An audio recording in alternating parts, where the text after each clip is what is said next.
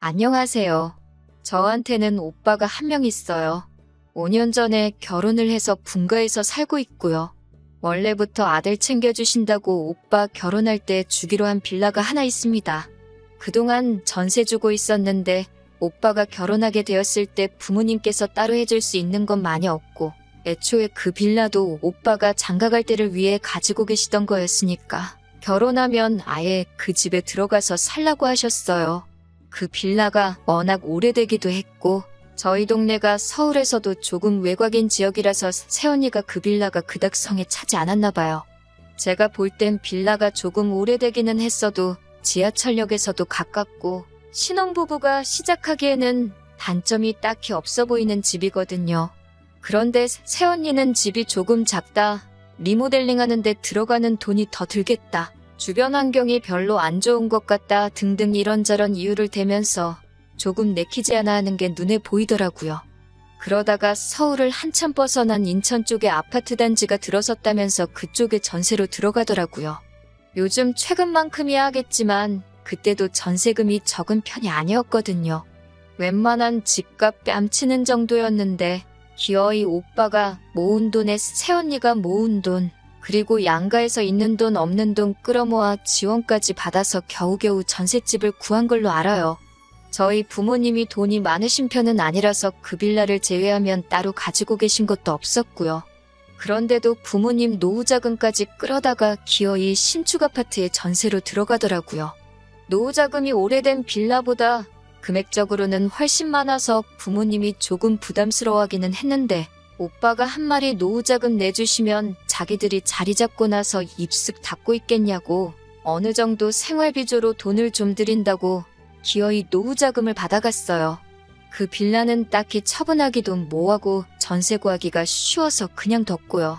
신축 아파트를 들어가고 싶었는데 형편이 안 돼서 그런 건지 정말 이상한 위치에 신혼집을 구했더라고요. 그로 인해 출퇴근만 왕복으로 하루에 3시간씩 버리게 되었어요. 그래도 신혼이라 행복한 지 얼마 안 있어서 아이도 갖게 되고 그렇게 세 식구가 그 집에서 잘 사는 것 같더라고요. 나중에 알고 보니 그 집을 구한 이유가 새언니네 친정하고 가까워서 구한 것 같다는 말을 들었습니다. 원래도 저희 집이 가족들 모이는 거에 크게 연연하지 않는 타입이기는 하지만 그래도 어버이날이나 부모님 생신 같은 날이 되면 누가 봐도 집이 멀어서 오기 귀찮아하는 게 뻔히 보이는데 바쁘다는 핑계로 한 번도 찾아오지 않았어요. 오빠가 결혼하고 5년 동안 얼굴 본 게 손에 꼽을 정도밖에 안 됩니다. 심지어 명절날에도 지금 사는 곳이 오빠네 친정하고 가깝다고 그쪽 먼저 다녀오고 본가에는 연휴 막바지에 하루 일정으로 와서 얼굴만 비추고 가는 정도예요. 조카 데리고 오면 손주 왔다고 부모님이 참 기뻐하시는데 아무리 멀어봐야 2시간 거리인데 그게 그렇게 오기 힘든가 싶은 생각도 들었습니다. 아무튼 저도 슬슬 만나고 있는 남자친구랑 결혼 이야기가 오고 가기 시작했어요. 남자친구나 저나 모아놓은 돈이 그렇게 많은 편도 아니고 남자친구 집안이 그렇다고 신혼집 하나 사라고 돈을 턱턱 건네주실 만큼 형편이 좋은 분들도 아니었어요. 저희 부모님도 오빠 장가갈 때 노후자금까지 홀랑 써버린 덕분에 따로 저한테 지원해 주실 만한 상황이 아니었던지란 난감해하던 상황이었고요. 요즘 집값 어마어마하잖아요. 그래서 그냥 월세살이를 해야 하나 아니면 저도 남자친구와 제가 대출을 있는 대로 땡겨봐야 하나 그렇게 하루하루 어떻게 해야 고민하던 찰나에 부모님께서 마침 올해 말에 빌라 전세 계약이 끝이 나니 그때 되면 그 집에 저희가 들어가서 살라고 제안을 하셨어요. 솔직히 노후자금 털어서 오빠 결혼하는데 보태주셨으니 당연히 그 집으로 노후하시겠구나 생각해서 기대도 안 하고 있었거든요. 그리고 여태까지 솔직히 아들 귀하다고 하시면서 아들만 챙기셨지 저는 따로 챙겨주신 적도 없었고요.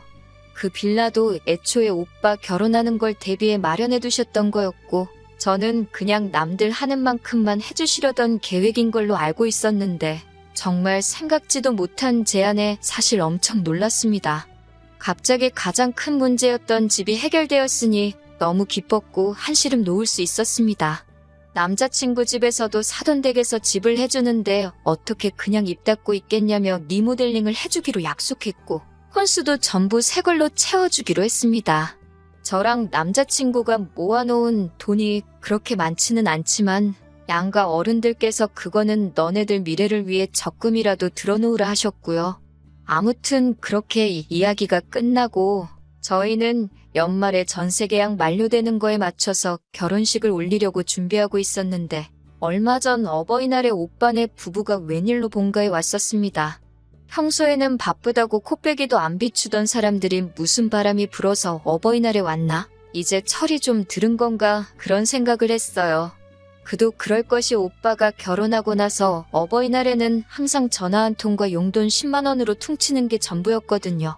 아무튼 어버이날에 손주까지 데리고 와서 애교를 부리게 시키니 저희 부모님도 싱글벙글 하시고 맨날 통장으로 10만 원씩 보내던 게 전부였던 사람이 부모님 앞에 봉투 하나를 들이미는데 얼핏 보더라도 100만 원 정도 돼 보일 정도로 두툼하더라고요.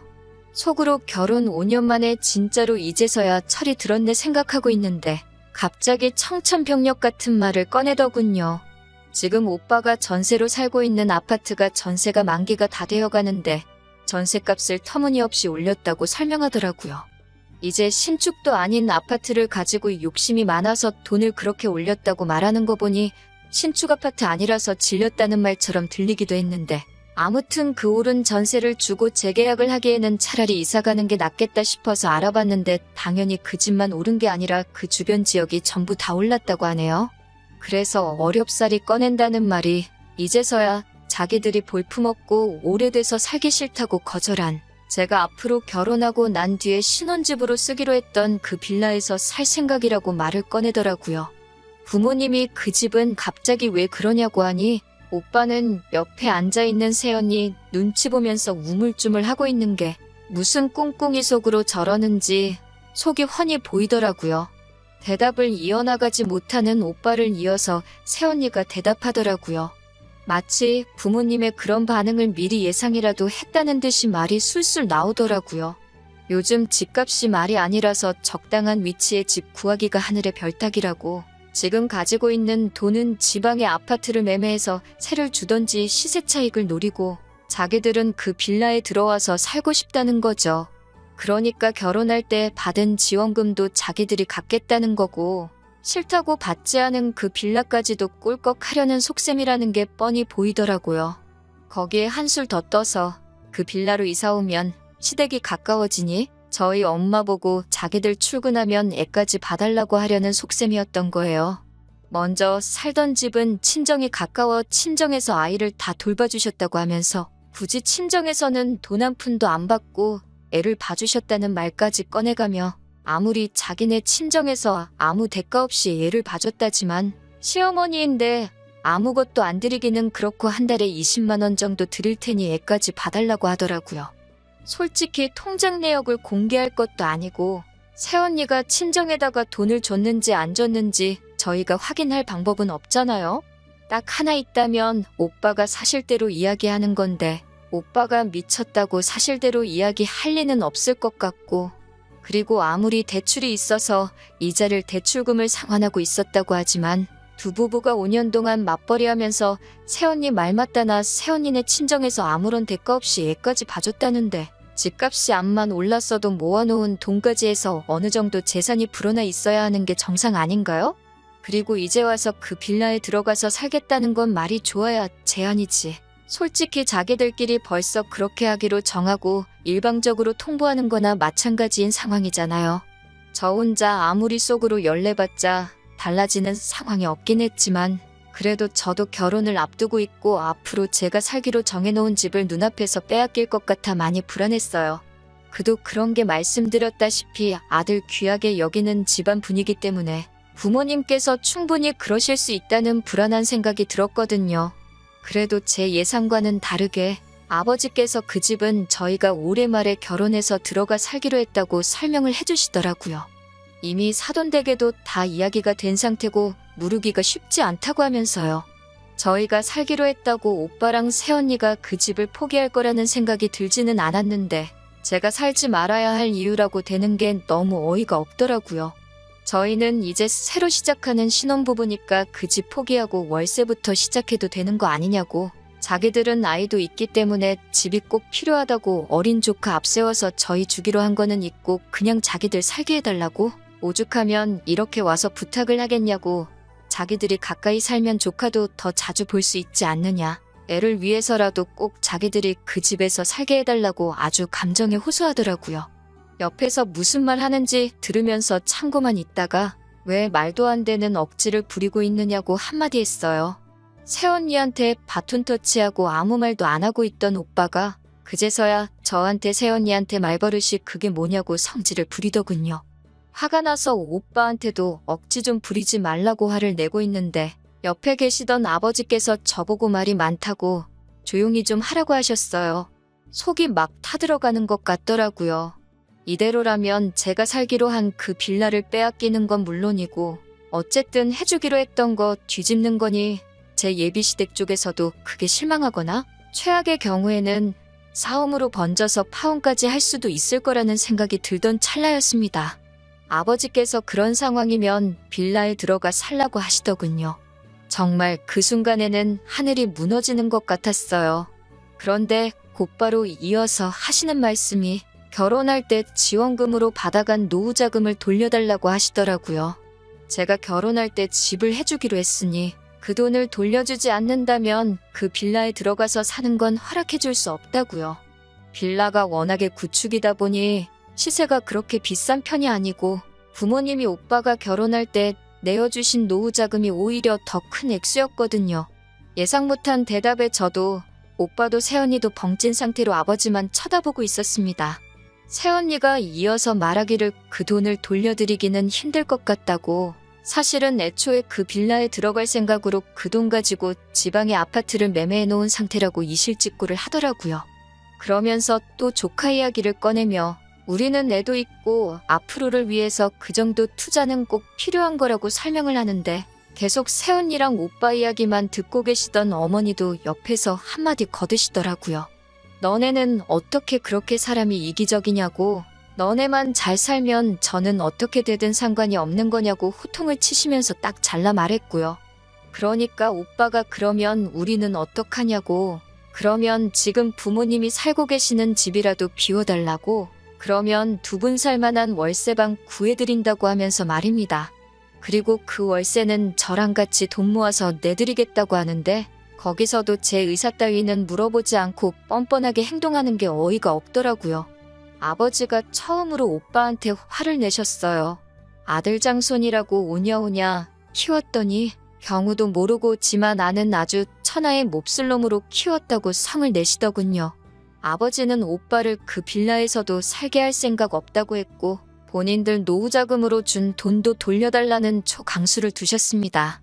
새언니는 이미 증여해 주신 건데 그걸 어떻게 돌려주냐고. 그렇게는 못한다고 바닥에 드러누워 아둥바둥 악을 썼고 오빠는 나중에 다시 이야기하자고 말하고는 억지 부리는 새언니 데리고 일단 돌아갔습니다. 나중에 알고 보니 이미 증여한 재산일지라도 생활비를 드리겠다는 걸 빌미로 그 돈을 가져갔으니 이건 일반적인 증여가 아니라 상반간에 합의된 부담부 증여에 해당하기 때문에 여태껏 오빠네서부터 어버이날에 10만 원 계좌이체해준 내용 말고는 아무것도 없어서 부담부 증여에 대한 계약을 해지해서 반환 청구를 할 수 있다고 하더라고요. 변호사님 통해서 들은 말이니 틀린 말이 아니라고 생각해서 어머니가 그 사실을 오빠에게 전화로 이야기했더니 그제서야 죄송하다고 그 빌라에서 살겠다는 말은 두 번 다시 꺼내지 않을 거고 앞으로 생활비도 보내드릴 테니 그러지만 말아달라고 싹싹 빌었다네요. 제가 지켜낸 건 아니지만 어쨌든 잘 끝난 것 같아요. 부모가 자식 사랑하는 건 다 똑같은 거라고 오히려 여태껏 차별받으며 자라왔다는 게 괜히 제 자격지심이 아닐까 하는 생각이 드네요. 오빠네는 결국 지방에 매매한 그 아파트에다가 살림을 차리게 되었고 안 그래도 대중교통 타고 왕복으로 3시간씩 걸리던 출근길이 자가용을 끌고 4시간씩 걸리게 되었습니다. 차 한 대로 생활하다 보니 오빠가 언니까지 출퇴근시켜야 돼서 그 시간은 더 걸릴 테고 새언니네 친정에서도 멀어졌으니 아이돌 보는 데만 해도 돈이 또 나가게 되었다나 봐요. 거기에 저희 부모님한테 약속했던 생활비도 드려야 하니 아마 조만간 지방에 매매한 아파트는 팔고 지들끼리 따로 월세 생활을 하던지 아니면 그렇게 싫다고 하던 구축 빌라 하나 찾아서 들어가게 될 것 같습니다.